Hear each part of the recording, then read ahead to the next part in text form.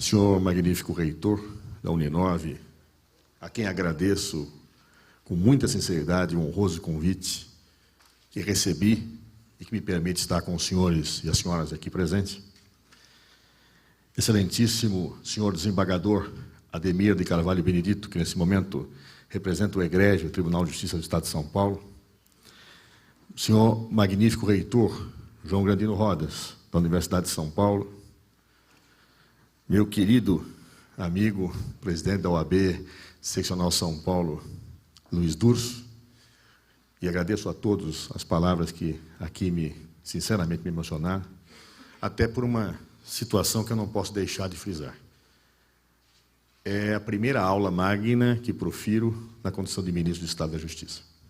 Então, eu agradeço imensamente esse convite, não sem antes deixar de saudar os meus amigos parlamentares que aqui estão, meu amigo, deputado federal Vicente Cândido, meus queridos amigos vereadores que aqui estão, e dizer a vocês da honra que sinto nesse momento de poder proferir essas reflexões a vocês. E uma honra especial pelo tema que me foi dado. Me pedem que eu faça algumas considerações sobre o papel do bacharel do direito na sua relação com a democracia. E eu vou lhes confessar algo que para mim é muito importante. Essa pergunta eu me fiz logo nos primeiros meses da Faculdade de Direito. Eu ingressara na Universidade Católica de São Paulo como estudante no final da ditadura. Não faz tanto tempo assim, não, Durso. É que eu entrei lá com 5, 6 anos de idade. Mas era o final da ditadura militar. E eu quero lhes confessar com muita franqueza que eu tinha muita vontade de participar da vida política. Mas eu tinha algo que me inibia: o medo. Eu sabia das torturas, eu sabia das prisões, eu sabia das limitações. E meus pais em casa diziam: cuidado e juízo, meu filho, não vá se meter em encrencas. E, de certa forma, eu resolvi fazer a faculdade de Direito porque eu relacionava a presença do bacharel do direito com a justiça. Eu achava que aqueles que fazem uma faculdade de Direito são pessoas vocacionadas à justiça. Porque achava que direito e justiça eram realidades absolutamente indissociáveis. Mas logo nos primeiros meses, Durso, do meu curso na Universidade Católica, eu era convidado para participar das reuniões do meu centro acadêmico, o Centro Acadêmico 22 de Agosto. E eu não ia, porque tinha medo.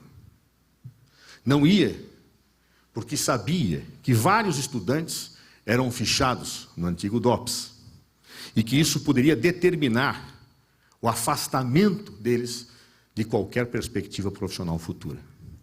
Isso implicava em perseguição em concursos públicos, implicava em afastamento de empregos e empresas, e implicava muitas vezes as dores do cárcere.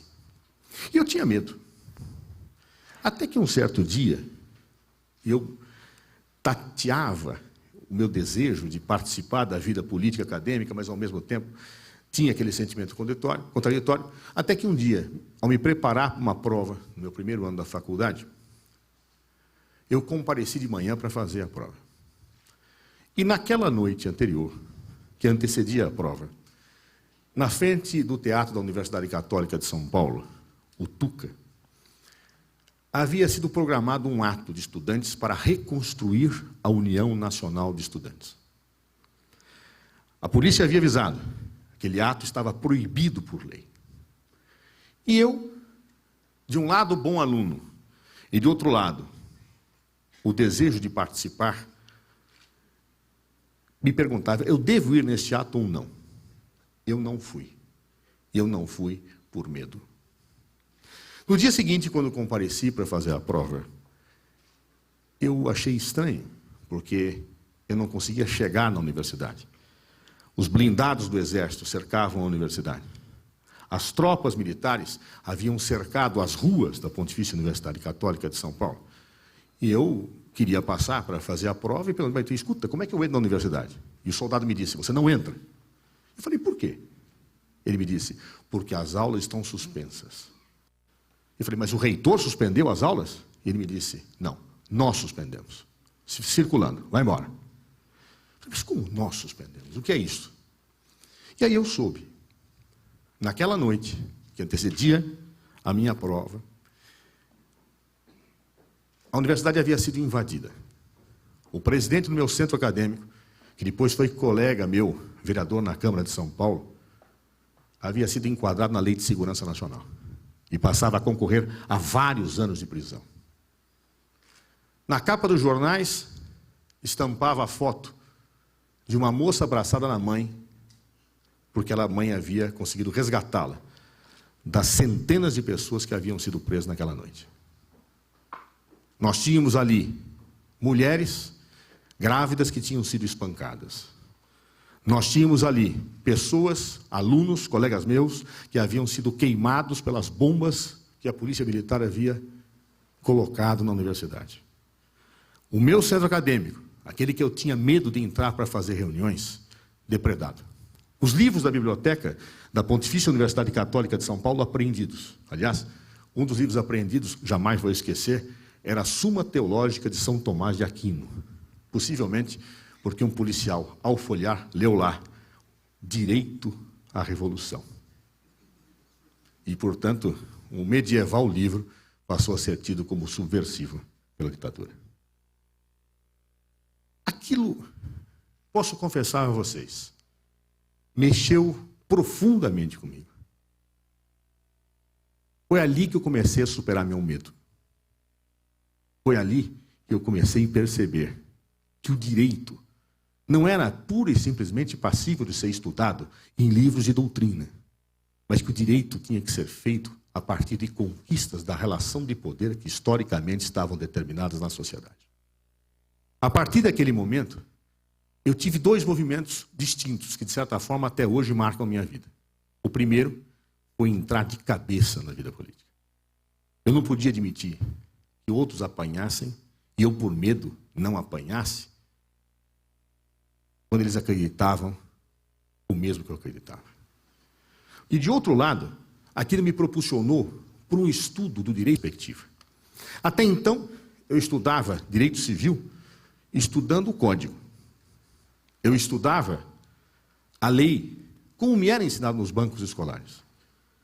Mas, a partir daquele momento, a projeção para a vida política me levou a uma reflexão que hoje eu colocaria, que na época eu não percebia, no âmbito da chamada filosofia do direito.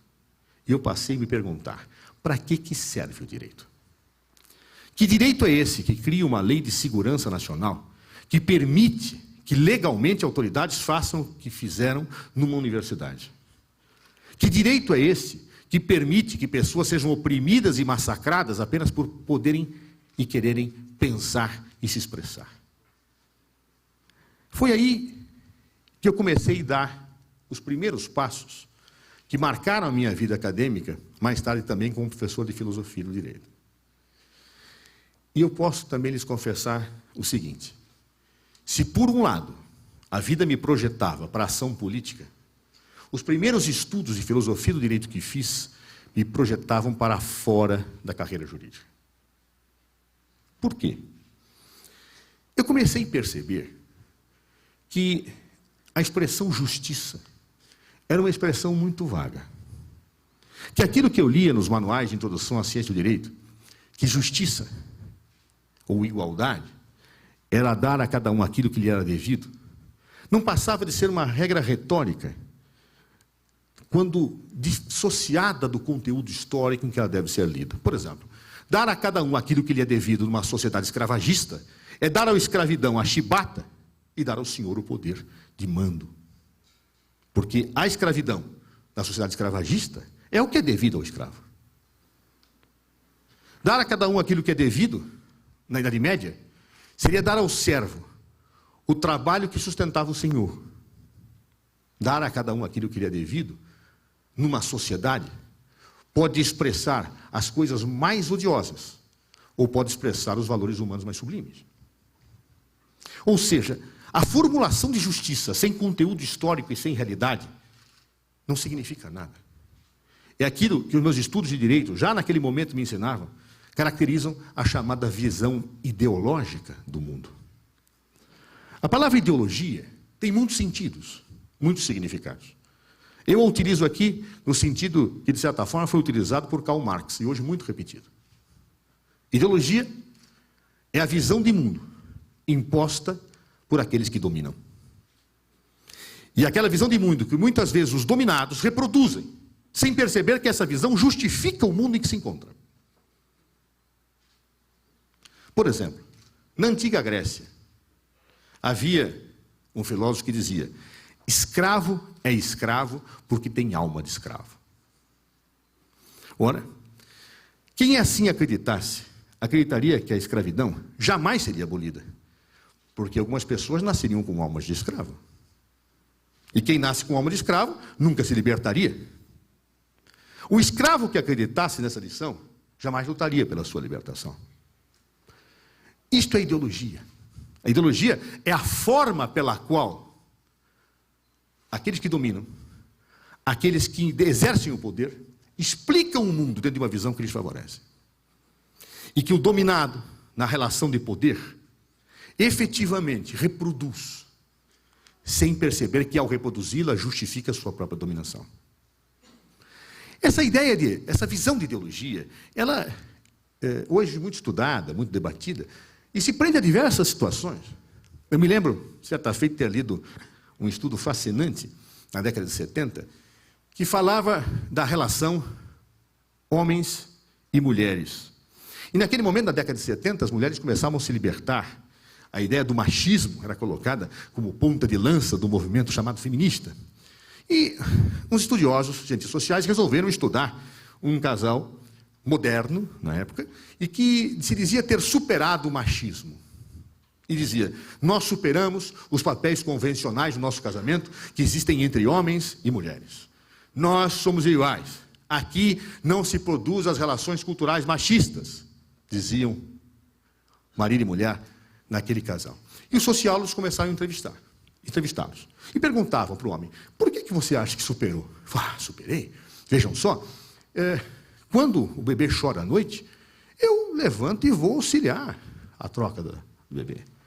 Quando acontece alguma situação na cozinha, eu vou ajudar sempre minha mulher a fazer comida. E ela, entrevistada, dizia: não, aqui a nossa divisão não parte de nenhum pressuposto machista. Quando furo o pneu do carro, eu vou lá ajudar ele a trocar. Quando tem que trocar a luz da sala, eu ajudo ele segurando a escada ele subir. Ou seja, sem perceber, eles, negando o machismo, reproduziam a clássica divisão de papéis entre homens e mulheres. Porque ele dizia: eu ajudo a minha mulher a cuidar das crianças. Ou seja, a partir do pressuposto que quem devia cuidar era ela, e ele era auxiliar.